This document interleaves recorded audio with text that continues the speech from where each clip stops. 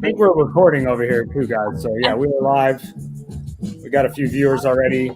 Welcome to Fear and Loving. We're gonna get set up over here for a second.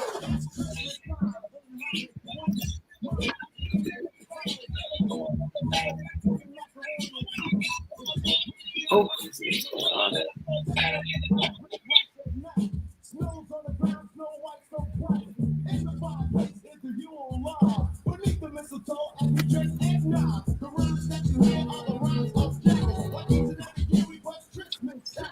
Joe, I'm about to. You gotta do a verse. All right, a few more minutes here, guys. I always look the least cool in every setup I'm in. Like everybody's got better dance moves, better stuff behind them, better hair. Well, I gotta upgrade it. It's unbelievable. I try to rock the Fila, thinking that maybe it doesn't. You guys sound correct. Like I can't really get it in where you fit in. Expect. That's okay. All right, guys. So I hope you guys are ready for the holiday episode here. I'll turn this down. So this is the holiday 2020 episode of Fear and Loving. We've been doing this all year. Not often enough, but whenever I sit down with my friends here and do this, I'm always like, it's a whole nother type of feeling and energy. I wish I did it every day. It'd be nice. But yeah, welcome back, Rue Johnson and Joe Nice. And Chris Foltz, thank you for joining us this week for the first time. So honored. From your immaculate studio there. And today we'll be doing the 2021 wish list. I think. Yeah. So, and you know, you guys, we've had a couple days to kind of chew on a few of these things that we'll be touching on for next year that we're going to be hoping to see. But let's go ahead and everybody just, we'll start with Chris and everybody can just say hello with opening statements. They didn't know there was going to be opening statements. We did. I had no idea about the opening statements, Richard, but I'm going to give it to you. All right. I'm Chris Foltz. I spend my daytime rocking the streets of cannabis-related marketing, but my real passion lies in social justice, social equity, social enterprise, all the things that this awesome group of people talk about on a regular basis in real action. So I'm thankful to be part of the conversation. That's all there is to it. So I'll pass that along to you, Richard. Yeah, Root. Say what up. Hi. Hello, everyone. I didn't know we were doing opening statements, so I don't have anything specifically prepared, but I am excited to be here with all of you fine folks. I feel like the best political conversations that I have happen in this space, and it's nice to actually have them instead of everyone just, with a megaphone inside of their echo chambers. So it's cool to be, around you guys again. And, yeah, and I guess in my day-to-day, I also do cannabis marketing, and yeah, when there's the music industry, I am a rap anthropologist. We do shows, but that hasn't turned yet. So that seems amazing. Sounds so awesome. We're work together somehow soon, hopefully. Okay. Joe, okay, nice scarf. Yeah, thank you. I appreciate that. Joe Nice, couple people know who I am. I've played a few shows. I've been to a few places. I've sold a few records with the record label Gourmet Beats. Got a bit of education, a couple of master's degrees under my belt. Right now, and again, I didn't know we were going to be doing opening statements either, but since we're doing opening statements, Ranch, you said, hey, nice scarf. As you probably already know, this is a keffiyeh. Keffiyeh is a typical Palestinian scarf that is worn to show solidarity in Palestine. And part of the reason why we consistently and quite honestly, and unfortunately, infrequently do these conversations is because we want to make sure that we, and been saying this on my conversations, is that we raise the horizon of aspiration and we deepen the well of inspiration with every conversation. And that's what we're going to aim to do tonight. And part of the reason why I have this scarf on is to show solidarity with our Palestinian brothers and sisters. And it is also to make sure that we show solidarity to all marginalized people across the global diaspora, whether it's Uyghur Muslims in China, whether it's Black people or indigenous people or other people of color in North America and South America, whether it's darker skinned Africans in Africa, whether it's the Rohingya Humanity. that are dealing with a humanitarian crisis in Myanmar, whether it's the babies and children that are being left to pasture and die in Yemen. We must stand with our brothers and sisters who are oppressed and downtrodden across the world. And this scarf is my way of showing that. This rubber duck that I have here is part of the rubber duck revolution in Thailand. That's what the people in Thailand are fighting for. They're fighting for freedom against their monarchy. They're wearing large inflatable rubber ducks around their bodies. This rubber duck is my way of showing solidarity also with our Thai brothers and sisters that are fighting for freedom. And we're also going to stand with every single farmer in India, all 250 million of them that have gone on strike to fight a neoliberal government against Narendra Modi and his neoliberal bullshit. So we're going to stand with everybody that needs to have stand. We don't stand behind them. We don't stand in front of them. We stand with them. We stand alongside them. Ahoy. I've never learned more in a shorter period of time in my life than I learned from that. I mean, I got some impressive stuff, Joe. Man, thank you, brother. There's more. I'll just touch on the fact that, that is the space we're creating here. Sometimes I feel like those of us who join Fear and Loving and are in these conversations, we've been working our ass off. We do it during the day or during the week. We work all day. We just jump in here. We're going to go back to work afterwards. It can be hard to remember almost exactly what am I going to bring to the table, but everybody's going to bring to the table here a love of people and anti-oppression and anti-corruption. These are the things that we believe in. And that's why we're doing this, So, I'm going to kind of just lay the landscape. We're going to be touching on a few points. I'm open to whatever. The goal here is to discuss what our viewers and the people out there, our people, let's say in America for today, but across the world as well, are wishing is going to happen, will happen in 2021. This was a difficult year. So what is it that the people need, and what are we hoping that we can see? I mean, I think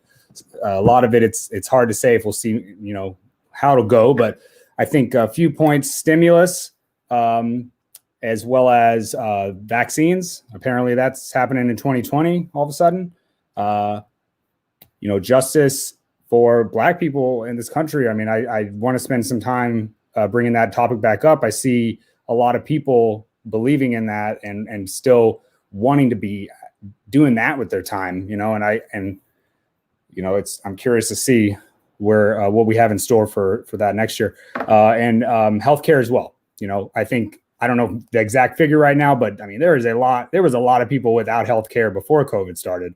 I believe that there is more now, and so we can touch on a little bit of that. So I'm thinking maybe we'll just do it in that order, I guess. So for me, I've been a little perplexed in terms of stimulus. I've been a little perplexed in just observing what other nations that are, powerful and wealthy and, doing what, the U.S. does ultimately on that level, to see the kind of support that they're able to provide for their people financially. And why is that a thing for them and not really something that's for us? I mean, we can't even get, a second stimulus check. We can't get answers around. I mean, the worst part about it is I myself am fortunate to have moved into a situation where I no longer need my pandemic unemployment as a small business for now, at least. And so that's great and everything. But I know a lot of people who don't have anything to do. And I think it runs out in a week. I mean, why leave it up to the wire?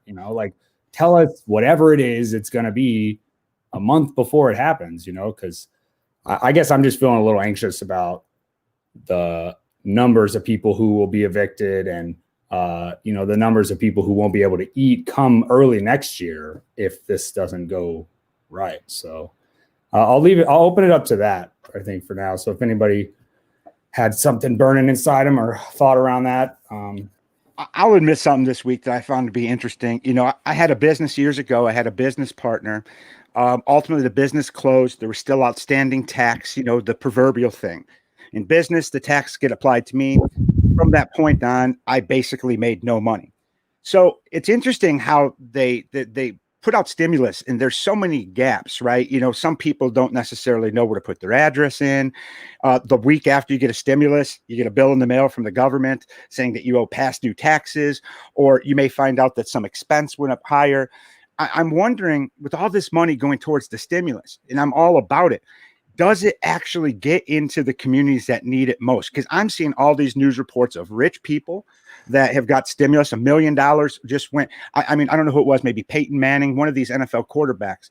They got like $1 million of stimulus money that went to their business that they had. And I'm all about it if it trickles down, but is there checks and balances on this new process?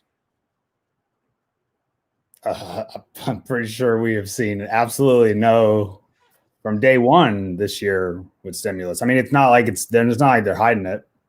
It's I don't know. So why would they pause everything? Like, as the government, pause collections on people.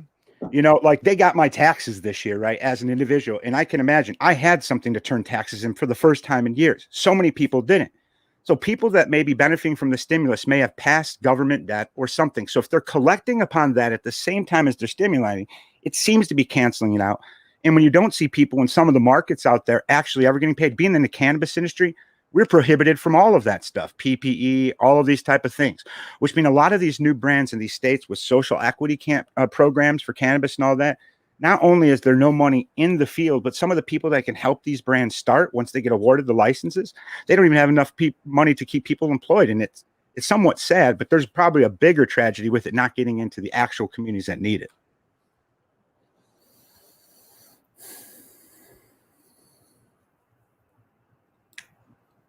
I think, Chris, you bring up excellent points and eloquent points also. I think the major reason why the money is not getting to the communities that need it, it's because representation of those communities is not willing to put up the political fight in order to make sure the resources get to those underserved and impoverished communities.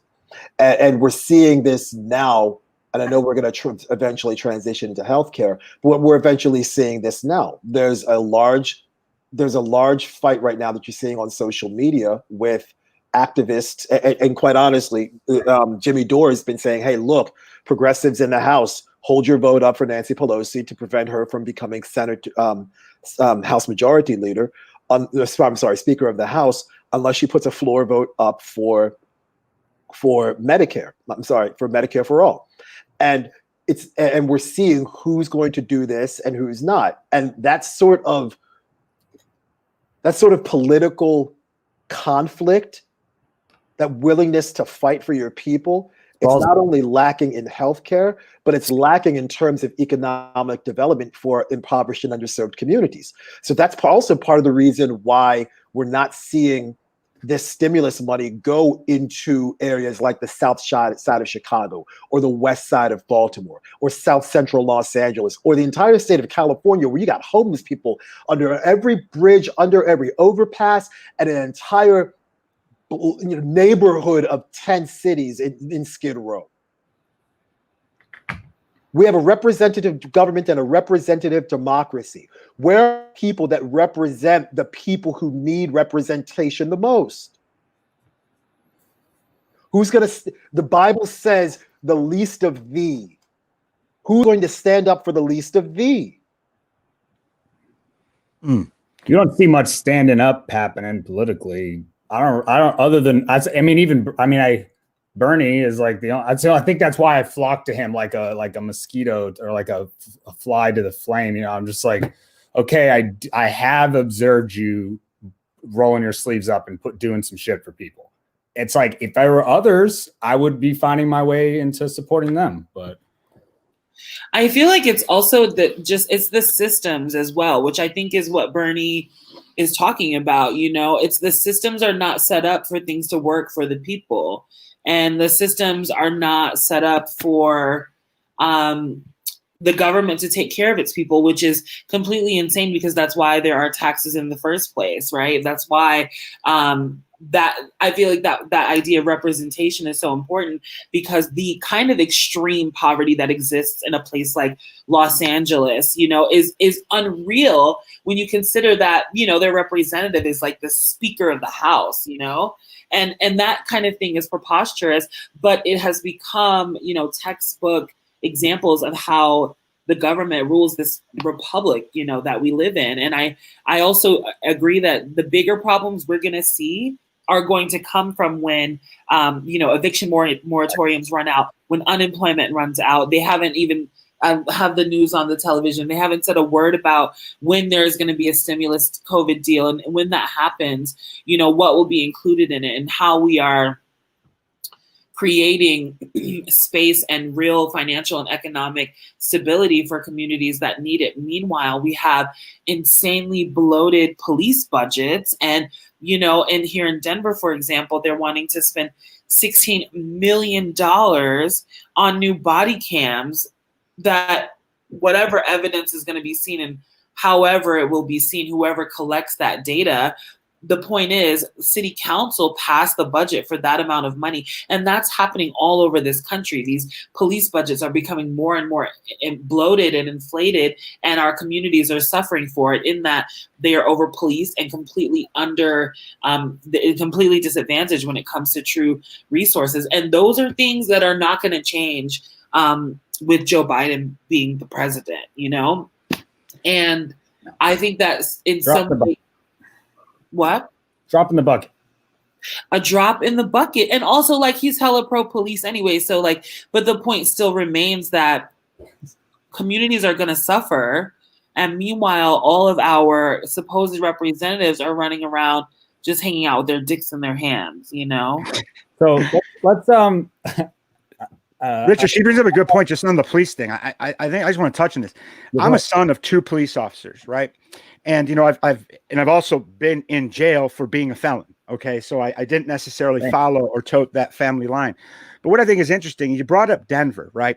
And the $60 million that's for tasers and body cams. The reason why they're pushing it, as you know, your city or Denver was one of the first people, I think in 2015 or something, that passed the body cam law. And the whole argument to spend $16 million is that they don't auto record, right? And the problem with auto recording in the situation is that, you hit the button and it starts recording. And there's plenty of police departments around the country that have been able to manage using the technology they have, versus spending $16 million more, when I believe the mayor in Denver only wants to put $3 million towards alternative policing efforts. That doesn't even make sense to me. And to me, if a police officer cannot hit the record button on themselves over and over and over, that police officer should be fired, right? That should be a policy. It shouldn't be a $16 million additional expense. We're very soft on these people. Yeah, there's a responsibility. Yeah, no, I agree with that. There is a responsibility. And again, I think that we go into so much of this with like people thinking that police officers should not like be able to walk and chew gum, which is ridiculous. Like, you guys carry fucking guns. Okay. So you should be able to like maneuver and do these things. But I said all that to say the point is still remains about, community, I brought up the police because I'm saying that there is the money, and this kind of to Joe's point, the extreme poverty juxtaposed against the extreme wealth that exists in Los Angeles. For one example, I mean, those examples also exist in New York. It exists in Miami. It exists in Chicago. That kind of dichotomy is what this country is textbook used to. And I think that continues to be the big thing that keeps the systems. We have to dismantle all of the systems. And until there's a system that would support, all the Bernies, all the Elizabeth Warrens, all the, Alexandria Ocasio-Cortez, like all of the Ayanna Presleys, that's the, ice cream world. Yeah. That's the squad. You brought up ice cream too, Rue. I think it's crazy how Nancy Pelosi got away with showing $25,000 refrigerators and $12 pints of ice cream. On my fattest day, I've never ate ice cream that luxurious. I was like, wow, Nan. Nancy did cool foul things during the pandemic, but it's just like it's just unreal, but it's not just it's not it's the culture of the haves and the have-nots, because this is also happening with like celebrity culture. There's like, Cardi B is tweeting about buying an $88,000 purse and getting dragged on the internet as a result. Like, girl, read the room. Like, niggas is, I don't even like people. It's people bad. That's dumbass shit. That's not good. Down bad. Like, read the room. What is wrong with you? I'm gonna just take us a second here, and I think we have a couple comments from some of our viewers. Kensington Von Badger, he had a few things to say. Large companies and the people who can retain attorneys got a lot of it because they had the ability to file the paperwork the fastest. I know he is studying law out there. Also, that he thinks the problem is the Democratic Party doesn't really have a unified front. Some of the party thinks single-payer healthcare is a bad idea. The other part of the party wants to move for it. Republicans seem more unified in their opinions. Absolutely. God, how is it that that's the case? It's just, Richard, Ranch, when I look at that statement right there, there's never been a more true statement. I was just on an interview this weekend. And, for those of you who don't know, I come from Republican Party politics, right? To end up in a room like this where I'm excited to be in is not necessarily where the Republican Party starts out. And through that process, I went to jail as a Republican leader, came out as a Democrat follower. And, pretty much most people that experience life from another perspective end up making that change. And what I noticed is the Republicans have all the organization, right? They have all that in place. They don't really have the people, and the people they have is kind of built around a base. The Democrats, they have all the people, they have the reach and everything, but the organizational structure is built around an apparatus that doesn't allow those people to kind of work their way up towards the top, so thus it kind of stays status quo. And, I'm so thankful to see both sides, but also we have the ability to make changes just by looking at the lack of organization. So a well-organized third party front, a well-organized, like what you guys are doing in Denver, Rue, with the Creative Alliance down there. I saw all these creative things that come out that kind of describe issues. That is on par with what big dollar initiatives have coming out. So that's kind of evening the playing field for information. And that's really one of the first steps, because when other people have all the budgets in the world, $100 million to market something in a Senate race, it's almost impossible to get people's eyes, except for people that unite people like you guys and actually put out material that matters and that changes eyes. Half my statistics I've learned from looking at stuff Rue Johnson posted on her Facebook. Real talk. Well,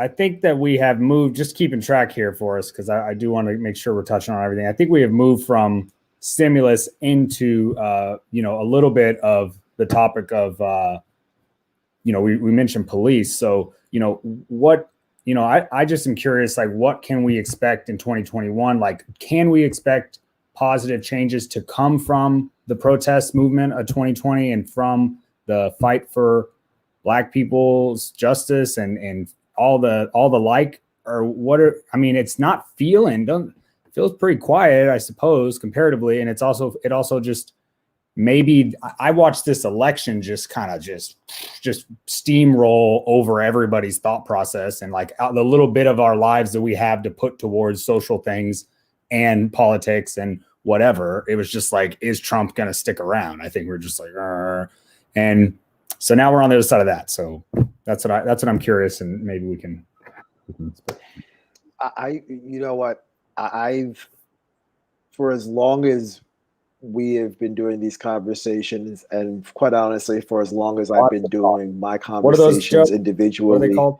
And the live and direct chats, and then also live and direct chats, and then the Joe and Cat Chat series, Joe and Cat Chats. We actually filmed episode number 27 about 3 hours ago, and we're going to get that online later today. It's about vaccines and medical apartheid. There's a lot of information in there. It's a full 60-minute workout. We cover everything, so it's a really informative conversation.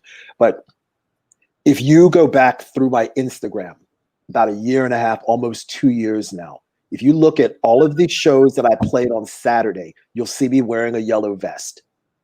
And what was that yellow vest significant of, or representing of? It was representing the Gilets Jaunes movement in France, which is essentially was a massive workers' strike. They said, you know what, we're going to protest and fight for our rights.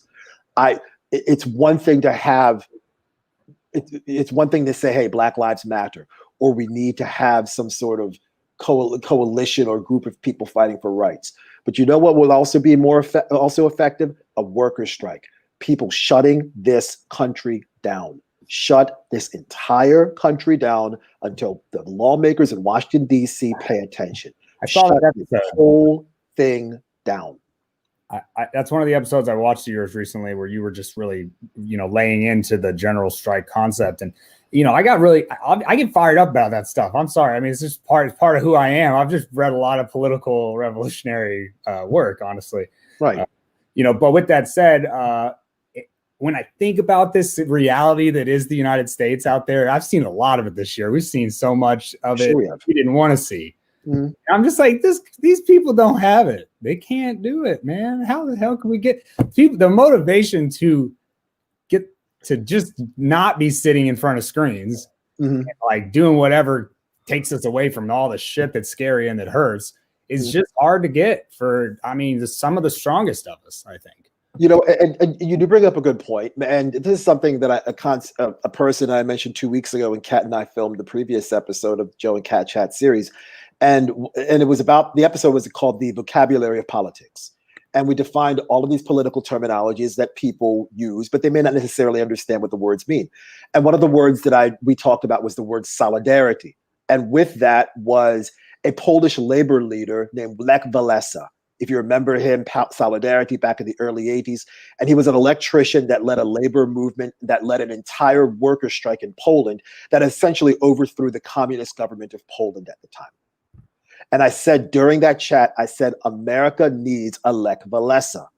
America needs somebody that's not only, and bear in mind, Lech Walesa was an electrician, but he was able to have the type of intra-industry and inter-industry solidarity across various groups of labor to force a labor strike, a massive labor strike, solidarity. That is what we need right now. What we need are UPS parcel drivers. We need butchers at your local Safeways and other grocery stores. We need Amazon package handlers to walk off the job. I know United States Postal Service workers can't strike because they're government workers and they're not permitted to strike.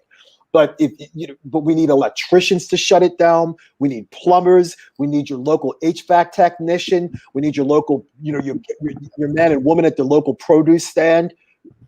And we need people to just shut this country down until the politicians in Washington actually pay attention to what happens, what's happening right now. Because again, right now we don't have representation for the downtrodden. We don't have representation for the impoverished. We don't have representation for the sick. I know later on in this conversation, we're going to talk about healthcare, and I'm going to really dig in on healthcare because of my education and stuff that I've done in the past. But what we need is to have this entire country. We need to have a labor-focused workers' strike. And it does, as I asked you the question, yes, I actually it hadn't come to me the past week since I've been thinking about this, but those movements that were successful at times, there was nobody doing it, and then one group did it, and they did it right, and they did it in a way that was loud and that they believed in, and it made a difference, and it started maybe another group doing it, and then it became there. I think there is a possibility of a domino effect when it comes to labor strikes and the idea of just and at this point, like, we know politics is not going to do it.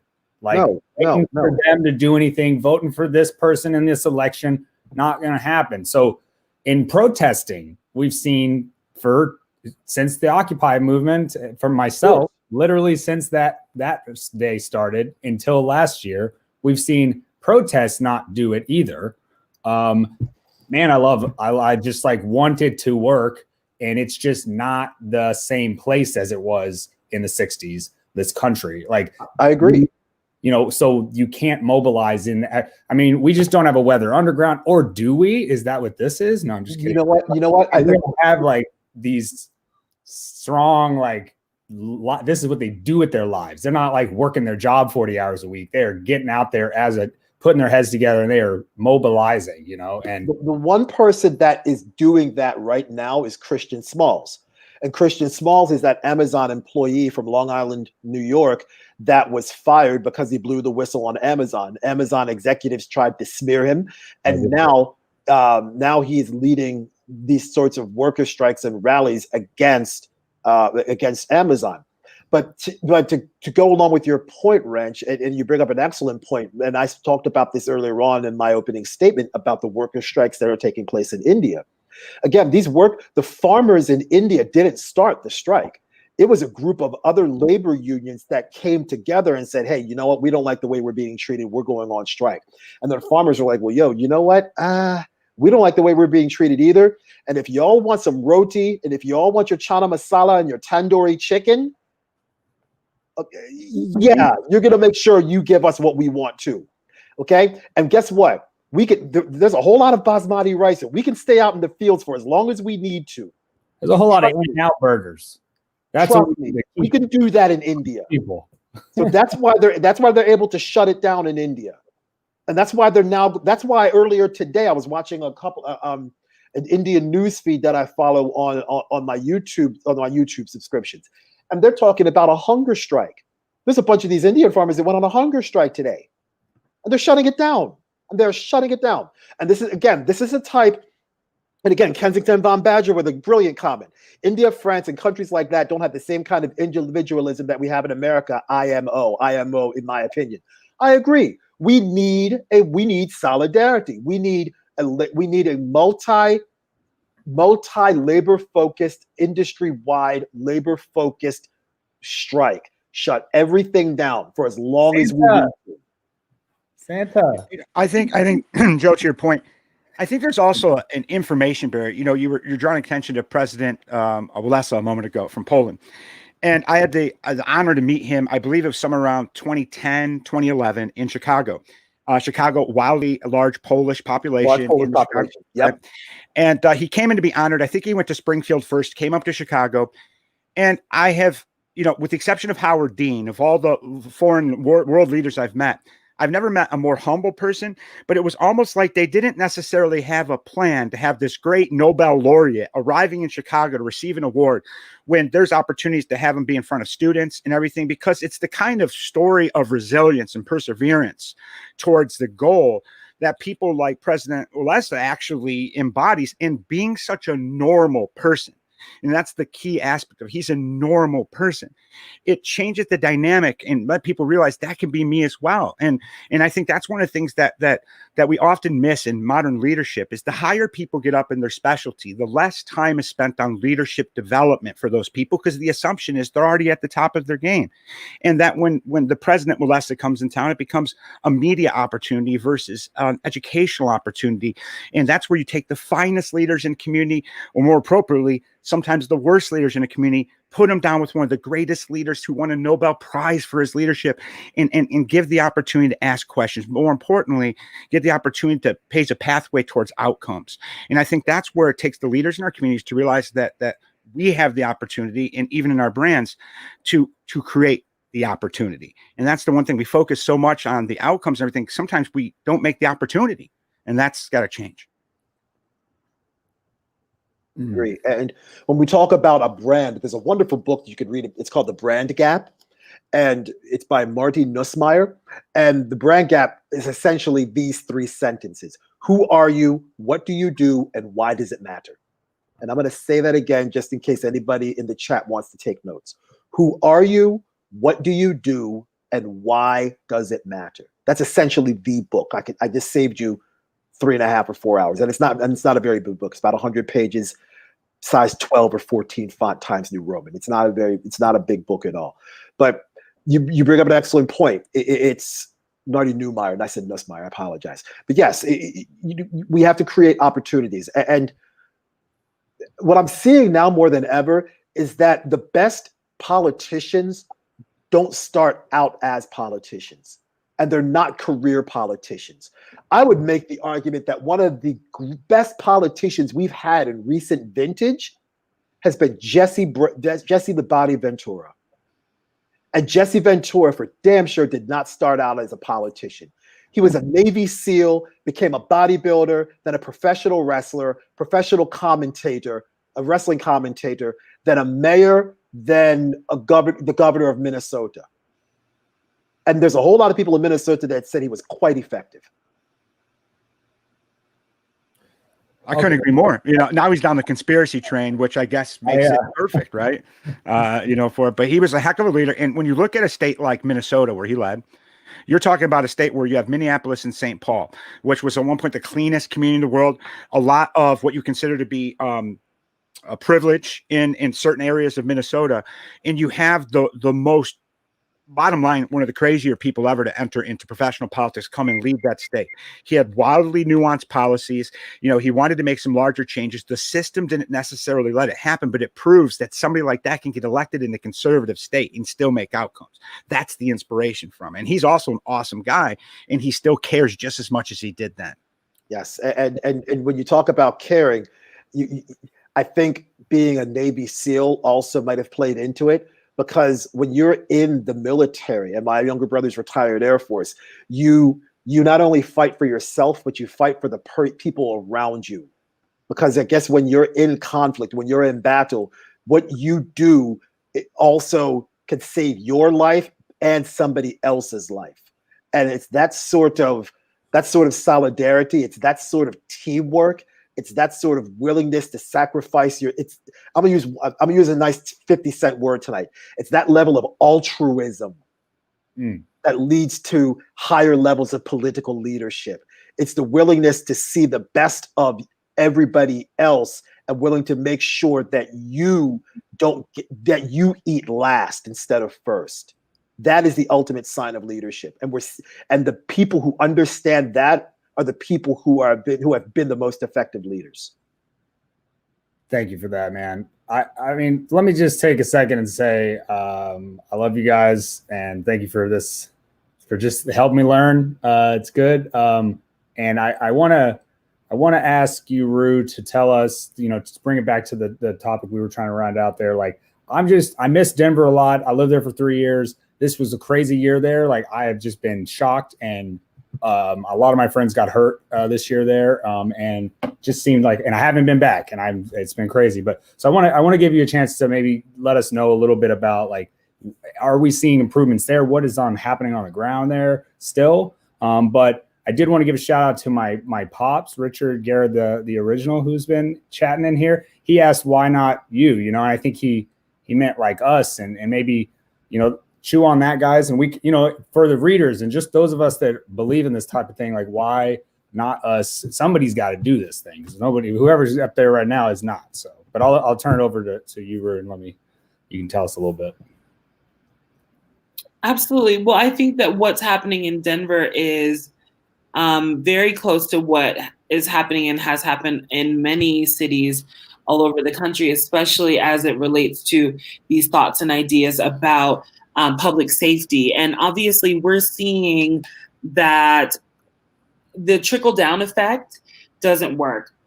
And the philosophy of the trickle-down, of the idea of, letting philosophies trickle down doubly doesn't work.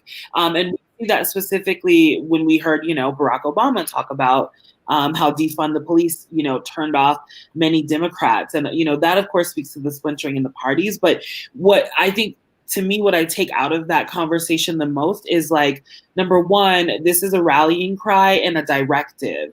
We're not just saying, like, defund the police because it actually sounds catchy. We're saying defund the police because that's a directive for what we know can work and operate in these various cities. So in Denver specifically, in May, during the start of the second uprising, during the killing of George Floyd, many people, just like what was happening in Boston and all over the country and also the world, there were a lot of, like, very terroristic behaviors that happened to, people who were exercising their constitutional right to protest. And Denver has a Black mayor, and he is what they call, like, a strong mayor, meaning that the city's charter essentially gives him all the power. The police department has an opportunity to collectively bargain, but for the most part, the mayor is the person who, like, checks it off, and makes the list and makes the decisions. And I think that as a result of that, you know, we're talking about all these very specific things that people and communities need, like a stimulus check, we need healthcare, we need all these things. But the people also need a like certain level of morale that I don't think we are even close to healing, to getting back to the people. You know, we've been screwed by our local governments, we've been screwed by our federal governments, and people are pissed off. And quite frankly, it is truly a wonder that every single day, you know, there's not major action like what's happening in Portland, happening all over the country. And so when it comes to, I think, you know, long-term solutions, you know, I think, again, it just goes back to the idea of dismantling all of those systems. Like, we need to like abolish the police. You know, that is a perspective that. Dang. I said, oh, dang. Yeah. That's great. It's yeah. So it's like, yeah, well, it's like, well, first of all, we were saying fuck the police. That's one. Then we said defund the police. And many of us feel like you can't abolishing the police is probably the best thing you can do to heighten public safety. And those are truly radical ideas that we haven't gotten to yet, you know, just like Medicare for all or Medicaid for all is also a strikingly radical concept that many people feel is too radical to get behind. So, you know, I say that all these things, I said all that to say that there are direct connections between all of these issues. You know, you can absolutely tie the issues of, you know, social injustice and social inaction to these same, you know, principles and points about healthcare and all the other things that are sort of plaguing and creating disadvantages in our communities. What I got a question, Ruth. What I find is when I look at Denver, I know you guys have awesome programs that are not hands-on law enforcement programs, meaning that, you know, there's some sort of first responder program to like help intercept some things. There are programs that are very new inside the police funded budget. Only give them like $3 million. That's what I don't get. Like, they market that as one of the things for why Denver should be getting more money, because obviously the state plays a lot of role in these instrumental programs that would actually solve some of the things you're drawing attention to are the things that don't have additional funding. And I find that interesting because I think you spend somewhere like $150 million plus in law enforcement in Denver, $3 million for alternative policing. You have a mayor in there that immediately shot down. I can't remember the name of the councilwoman there that presented the abolition. Yeah. Yes, immediately shot it down. But what didn't make sense is you're still sitting at a massive incarceration budget, a massive budget for law enforcement, $16 million for more things like we discussed the body cams and all that. But what it is you have a community that the evidence actually shows an alternative of value that does work, and they still don't do it. Community. It's all the communities show. I mean, across the board, more policing does not prevent crime. The independent monitors report that just came out of Denver, I watched him give the presentation twice, was absolutely devastating. Body cams are not working. Officers are not wearing identification, not identifying themselves, and they are fucking people up. Whoa, that's unacceptable. And that's where it comes down to policy, right? And that makes no sense to me. In law enforcement, I know if my mom would miss roll call or not wear something and all this, like, I mean, they would give her time off, all sorts of things. And it doesn't matter how many years of service, but I'm looking right there with the department funded that much. If there was, I think there was somewhere like 49 or 50 hands-on law enforcement activities with civilians in town that they have no footage of, right? And just imagine if all of those ended in a great bodily injury with no footage. It would be a national news story larger than anything ever, because that's a lot of people. 49, one is too many, right? But 49 is certainly too many. Now, what the argument for something like that is, well, 90+% of the times the body cams did effectively record things. But you know, when you're looking at numbers where 49 is still an existing number and that's somewhat acceptable, and the only solution is $16 million, something's going wrong there. What if the person is still dead? I mean, honestly, like Elijah McClain, they were wearing body cams and he's still dead. Like that's kind of the other point. And what happened to those police? I'll put in that, but because I know this is not a conversation about the police, but it's just difficult. Like, you know, it's difficult to talk about healthcare if you're not also talking about the devastating public health crisis that is murder at the hands of police officers, like actual murder. We're going to switch gears to healthcare, everybody, right now. We got a little bit of time left. I heard you saying maybe you wanted to not go down that road too hard, so we won't do that. And maybe Joe, you said I think I heard you volunteer you had something specific for this lined up, which I don't doubt. Well, you know, and just to give just a brief background, I have one of my master's degrees is in a discipline of healthcare, so I understand the healthcare law a little bit better than most people walking the streets. And I talked about this on a recent chat where I said, hey, you know what? I'm going to make the case for every single American to get healthcare in the United States. And I talked about the situation that took place on July 17th, I think it was, in 2009 in Lincoln County, Montana. You're like, well, Joe, what happened in Lincoln County, Montana? Lincoln County, Montana was affected by the W.C. Clark vermiculite mine, which essentially poisoned the entire community, the entire county, with asbestos and mesothelioma. The federal government came in and said, hey, you know what? This is a health hazard, and we're going to do something about this. And we're going to change a section of the Affordable Care Act, Section 10323 of the Affordable Care Act, and then change Section 1881A of the Social Security Act to make sure that anybody that suffers from what's called an environmental hazard gets Medicare for all, as long as the federal government authorizes what's called an emergency declaration. And there's a specific definition for an emergency declaration in the Environmental Protection Agency. Okay, so we talked about environmental hazards. We talk about environmental hazards like asbestos and vehicle exhaust and certain pesticides. We talked about lead in the water, lead in our paint. I would certainly think that COVID-19, the coronavirus, is an environmental hazard, because an environmental hazard is anything that threatens public safety or causes actual damage to public safety and public health. So if the folks of Libby, Montana, or Lincoln County, Montana, really three towns, Libby, Montana, Eureka, Montana, and Troy, Montana, can get Medicare for all, Medicare Part A and Medicare Part B, which is inpatient coverage, hospital coverage, and outpatient coverage, medical coverage, for the rest of their lives, no questions asked, because of an environmental hazard. I would certainly think that, I don't know, 330 Americans that have been exposed to the COVID-19 should be eligible for Medicare for all. And so should people in Flint, Michigan with the lead in the water. So should people in Detroit, Michigan with lead in the water. So should people in Baltimore, Maryland with the lead paint crisis that's taking place there. Asbestos. Who pays for this, Joe? Is this a government pay, or is this the private sector that's responsible for some of those, scenarios that caused it? Any idea? Brother Chris, let me tell you, this is Medicare for all. This is the federal government that pays for this.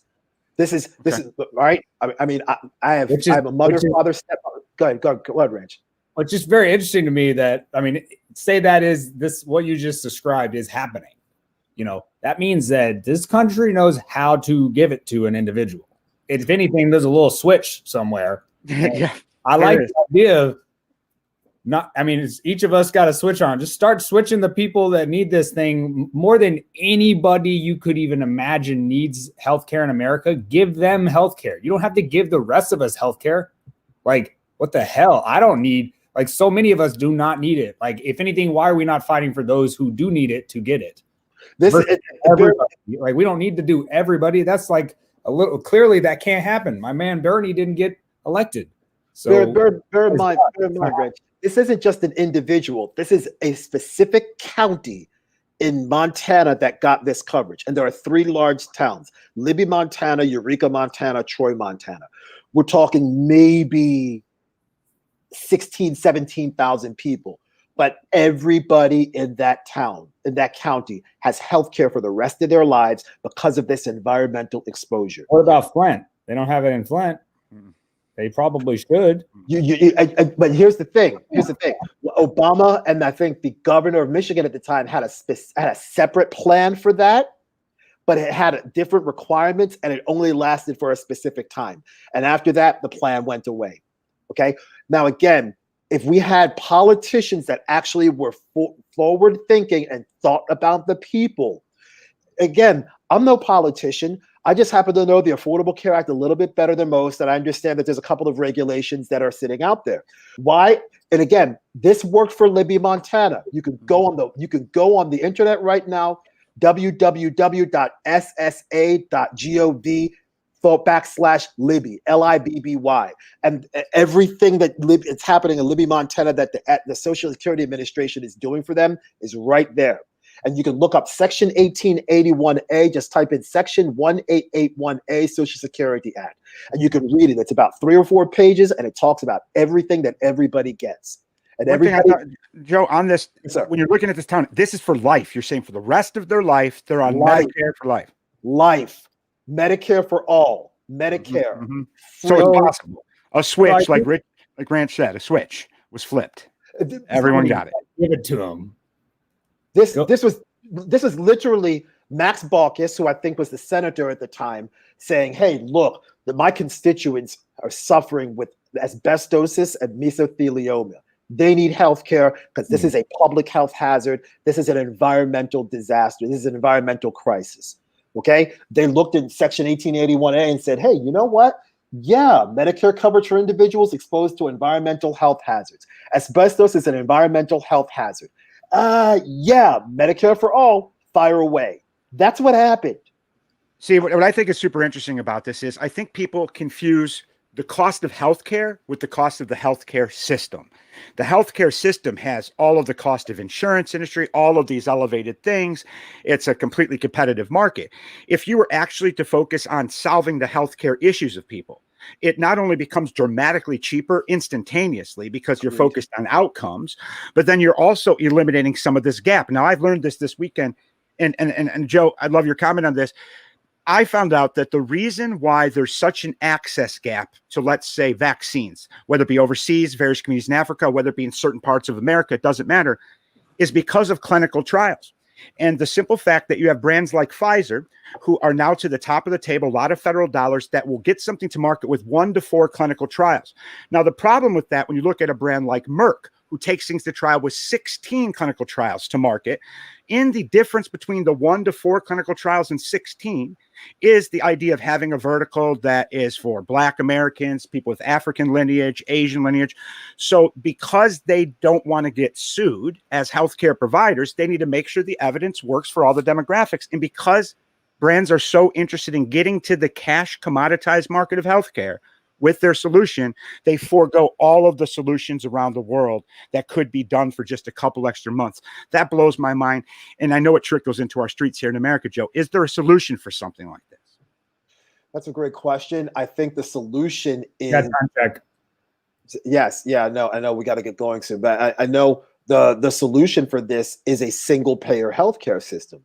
Because again, if you have a single payer healthcare system, you immediately remove the middleman or the middle person in this instance, because we want to be gender neutral. And that's going to be the health insurance companies. You will eliminate them because the health insurance companies are the reason why the healthcare industry is so expensive.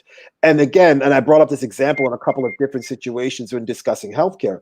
What you want is healthcare, but the vehicle for healthcare is health insurance.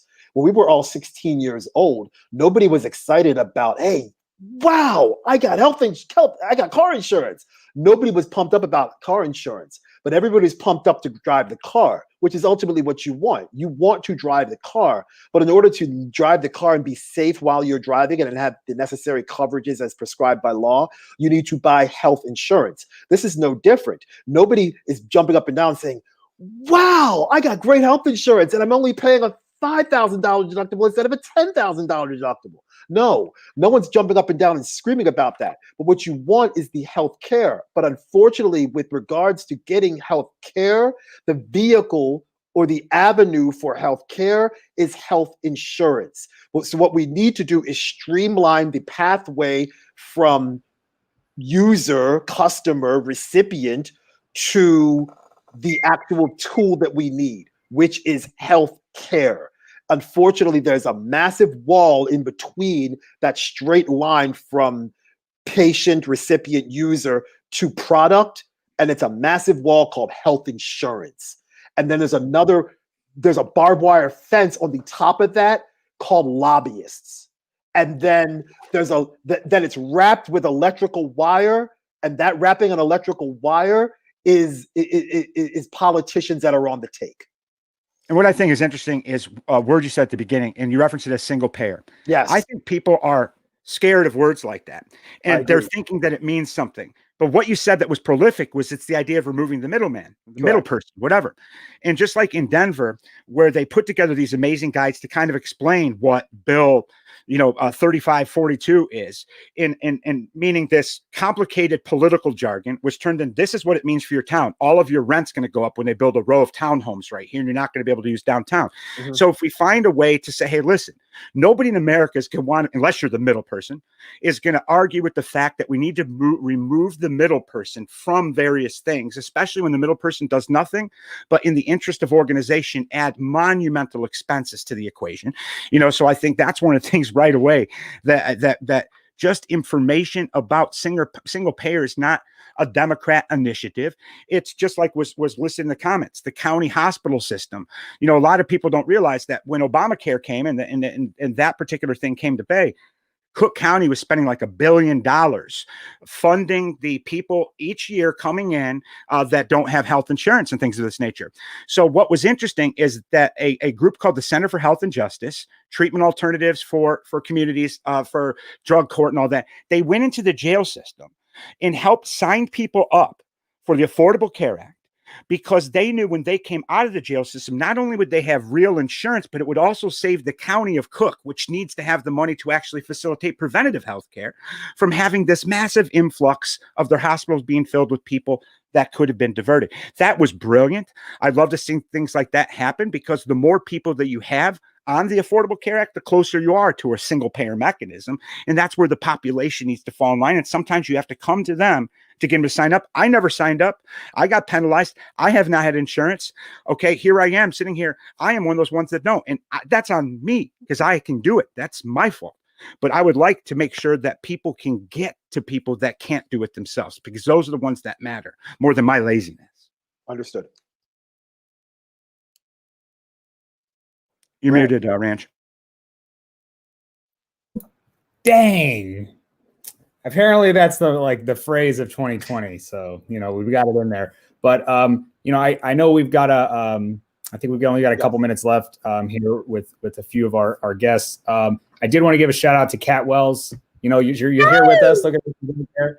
Kat is also a frequent guest, and she's very right about that. Canada, universal healthcare, a lot of countries. Don't forget about Tommy Douglas in Canada. I wanted to. I know you guys. I mean, if any of you are just like, boom, I got to get off right this second, go right ahead. But I was just going to read something that I wrote last night as a way to round this out. It's something I was feeling. So I put up a meme on my Instagram. I made it today or yesterday. It's a big firework exploding, and it's a Ram Dass quote. It says, "Birth, death, and suffering are all bring us to the very edge of what our minds can understand." And so I wrote this last night. Let's see. In the last month, we have seen this country's confirmed COVID cases reported, over 5 million people in the U.S., be many times higher than any other 30-day period this year. It is becoming more and more common for all of us to hear of our family and friends having it. It's hard to talk about what some of them are facing and how it makes us feel to know. It makes us angry, sad, disappointed, annoyed, confused, doubtful, and at times heartbroken. This is affecting our mental health, and we have to talk about it as often as we can to give ourselves a chance to heal as we go. It's happening this year as so many of those other scary societal outcomes seem to have come to a head all around our streets and across the web. This emotional hardship is our collective burden, plaguing those both righteous and hateful. It feels so big now, it's almost like it's new. But we've all navigated these fearful waters since the turn of the millennium. Hold yourself up, support yourself, love your loss, love your fears, and know them.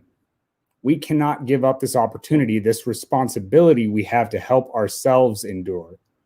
There are many out there that we know and will know who need our strength and wisdom to help them make it through. Purpose in this life is here for us if we need it. We all know how substance abuse, psychosis, and suicide have plagued our people for decades. It's been the silent war we didn't know we signed up to fight in. Right now, there are people close to us struggling that are in need of our time, effort, and compassion. We should never give up on them, always forgive them, and love them however we can safely. This stuff is the hardest stuff, y'all. But you are surviving it today, and you did yesterday. Know that you want to tomorrow and keep it moving. Work hard to be fit in mind, body, and heart, to be able to help everyone we can do to help everyone we can do do the same. Be aware, third eye stare, never fear, even while staring at oblivion. Love always. And a little Grateful Dead. Every silver lining's got a touch of gray. I will get by. I will survive. And we get sappy here on Fear and Loving. You know, we don't have loving in here for Powerful, man. no reason. Very powerful, Richard. Yeah, I got a couple. You know, I've just been seeing friends, roommates, family. I mean, this month it's like people are just like the holidays. They're scared to go home. I can't go home. So, yeah.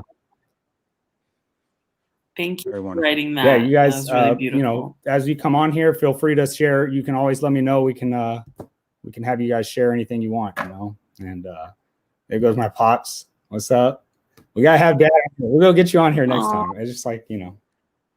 Yeah, that was really sweet. Yo, listen, it was really great to chat with you guys. I, as always, say that I enjoy these conversations because I love to listen and I love to just hear everyone's perspective. And I hope that we continue to do it as, you know, the times get crazier. I hope that we can always find time to come back to this space. So thank you so much for having me and for you guys being so awesome. Thank you, Rue. You're the best. We love you. We're gonna have you back. Woo! Bye. Okay, now then there's they changed our. We're just Changed gonna see. And Joe, you're what's your timeline like? Man, we're very. Let's see if we can get us unsmoked. Okay, there we go. There we go. Now. It's a little Hollywood Square style. You know what I'm saying? Now I'm definitely, again, still with three people, the most uncool looking individual I was before. Here we are with three. I'm over it. It's all good, brother. It's all good. It's all good. I know earlier on we talked about police. We talked about policing because I got to get going soon. I got to FaceTime my little baby in about a few minutes before she goes off to sleep. I want to make sure that everybody understands what I'm going to say next. Earlier on this year, we had a Frenchman of Algerian descent utter these words. He said, "Je suffoque." Je suffoque. Earlier this year, we had a Colombian man say, "Me estoy ahogando." Me estoy ahogando. Earlier on this year, we had a man who said the same three words that we just heard in those other two languages. He said, "I can't breathe." He said, "I can't breathe."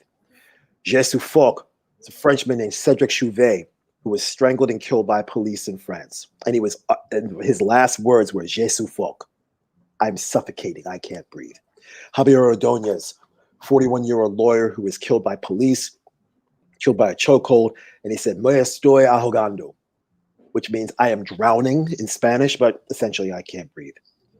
And for 8 minutes and 46 seconds, we heard George Floyd with a knee on his neck saying, "I can't breathe." What I'm saying, the reason why I brought up those three examples, and I'm sure there are more, is because this struggle of police violence is not just relegated to the United States. It is international. And we must continue to internationalize the struggle and continue to internationalize the fight for humanity, freedom, equality, and survival. Super powerful. Yet again, in different languages. I needed to hear that out loud. I needed somebody to say that to me today. Say what again? I needed to hear that, or I needed to be reminded. It's just crazy how I didn't expect you to say those words, and I heard them, and I hadn't thought about them in too long, and it has been a hell of a year. I've never felt the way the way the emotion that comes out of me from what went down there and everything you're describing that is still going down. It's a lot. So Ranch, I'll just say I gained some perspective right there that I wouldn't expect to get either. I'm listening as it's unfolding, and super powerful. And what I love, Joe, about you, and just the person you are, Ranch, you as well, is, we all tend to think that, we're different because we're disruptive. We're disruptive in things. We want to make changes. And really, as opposed to celebrating what makes us all different, it's what makes us all the same right here. And what I love hearing is authenticity. And I promise authenticity is the new disruptive. It is something that isn't necessarily apparent everywhere in society right now. But you see, if we all focus on the things that we all cherish, that we authentically find to be true to ourselves, we stop focusing on just victories. We start spending time reacting to failures and working with people that also believe in the same thing, and learn more than you teach, and teach only when you've learned. I think we can make those changes you described tonight, Joe, and the changes that Rue drew attention to tonight, and Ranch, the things that you tell me every single opportunity you get to in our day-to-day conversations of working together. So I'm just thankful to have the opportunity to be in rooms and gain perspectives from people like both of you. And I hope to have the opportunity again. And I appreciate all the comments and questions from your listeners here. Ranch, I think this is a fantastic opportunity for people to learn perspectives and diversity. So I'm super thankful. Chris, and you bring up a good point, and let's not forget, it was about 25 years ago. You had a couple of rappers from Queensbridge Projects in New York City, Mobb Deep. First line of Shook Ones, he said, "I got you stuck off the realness." Woo! Love it. My theme song tomorrow. Today, my theme song for all DJ Joe Nice. Tomorrow, I'm rocking that all day, Joe. So, I got you stuck off the realness. You heard of us. First line of the Shook Ones Part 2. So yes, authenticity is the new currency. There it is. All the killers at $100 billers. Y'all know what it is. This is like the after party. Yeah. I like how we do that. Yeah, it's nice. All right. We're gonna leave them on. Let's see. There it is. Hold on. Dave Matthews never came out with anything in this genre, right? Nah. They didn't hit like this. All right, that's fair, Joe. They didn't hit like this. Tried. Shout out to Boylan Catholic High School in Rockford, Illinois, for my Dave Matthews Band roots, and to those listeners I see online. Wow. Dang, you really are a nerd. I love it. I was a college DJ, right? So I got to be in the instrument, but no Joe Niceness in me. So no, it's all good. Appreciate it's all good. It's all good. Well, I hope to be on the show again, Ranch, from Joe and both of you guys. Yeah, we're gonna have. Yeah, I mean, I think that's all. Bambino.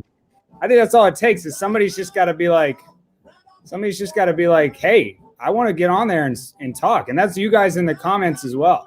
We can bring up to 10 people in these conversations just like this. And I think that would be pretty crazy. We're just going to see who will jump on the bus, who's going to, we got a lot of people that I could probably come bring back around. We could call upon Snoop-a-Loop. I hear he's available. Why not? I don't know why I put him first. Why not? And for those of you who got Emerge conference this week from the cannabis space, Snoop Dogg's at it. And one clarification, Joe Nice did correct me in private chat. It's Tom Brady, not Peyton Manning, that is somewhat using his PPE money or whatever it's called. Oh, it's Tom Brady. He would. My apologies to Peyton Manning. It's all good. It was actually me, Peyton. It was $969,000 to his supplement company TB12, and he ended up buying a yacht. I got no comments on that. I mean, Cowboys. I feel bad that was the decision-making logic cortex process that went on there, but we'll address that on a future show, I'm sure. Yeah, I'm sure we will. All right. Well, I got last words for me. Fear and Loathing on the campaign trail 72. Perfect. I'm going to do excerpts from that, but I'm just kind of revisiting. And, thanks a lot for joining us. Fear and Loving, Real Fear and Loving is the handle on Facebook, on Instagram. We don't have it on YouTube yet, but soon enough, go subscribe to us on YouTube. You got to search Fear and Loving. You'll find a video. Just, subscribe to us that way. Yep. Also on Twitch. I think we're live on Twitch right now as well. I completely forget about that network. Am I making video game money? Is that what's happening right now? If I'm live on Twitch, it comes to the house, right? Video game money. I'm hearing about this esports, so I'm in. Yeah, I'm World of Warcrafting lately at night. I'm actually going to do that probably after this. So, yeah. Well, thanks a lot, guys, and happy holidays. Likewise. Thank you so much. Thank you all. Take care. Let me know. Yep, we'll do it again. See ya. There you go. All right. Thanks, everybody. Peace. Yep. Thanks, guys. I'm Ranch. This has been Fear and Loving. We've been doing these video podcasts for a while, and follow us on everything. And we do have fearandloving.com on the way. Got a team working on the blog. We're going to have some writing opportunities. Honestly, right now, you could reach out to me at ranchardguerra@gmail.com. So that's RANCHARDGUERRA@gmail.com with any topics, writing topic ideas, column ideas. We're open to suggestions at this point, but should be coming in January with that. And big love, everybody. Thanks.